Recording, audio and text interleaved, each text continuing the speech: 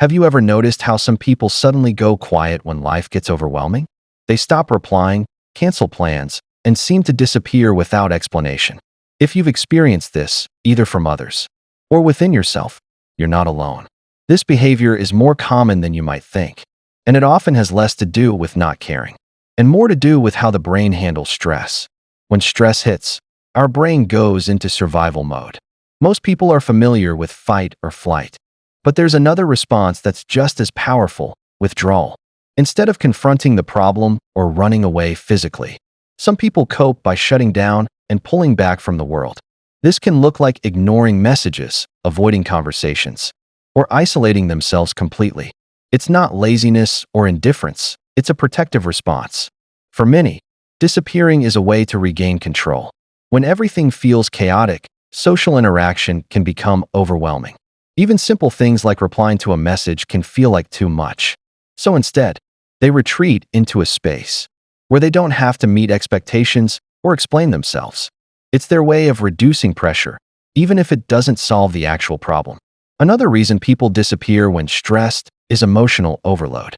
Some individuals feel things very deeply, and when too many emotions hit at once, they don't know how to process them. Instead of expressing what they're going through, they choose silence. It feels safer than saying the wrong thing or being misunderstood. In their mind, disappearing is better than risking conflict or judgment. There's also the fear of vulnerability. Opening up about stress requires honesty, and for some people, that's uncomfortable or even scary.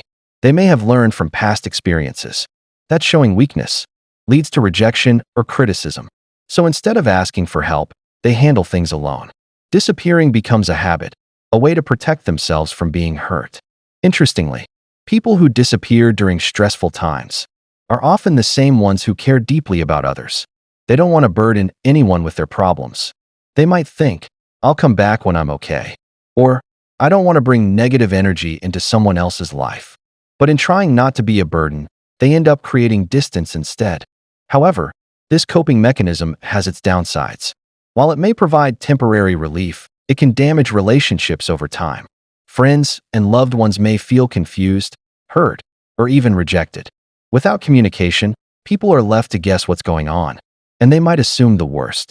This creates a cycle where the person who disappears feels even more disconnected, making it harder to come back. So what can be done? If you're someone who tends to disappear when stressed, the first step is awareness.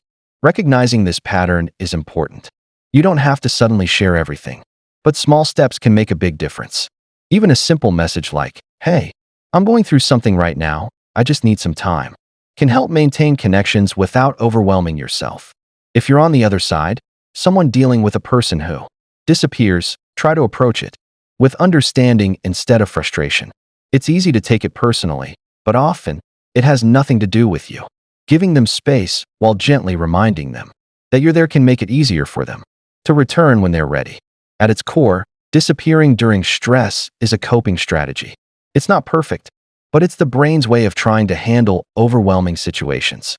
The goal isn't to eliminate this response completely, but to balance it, learning how to take space without completely cutting off connection.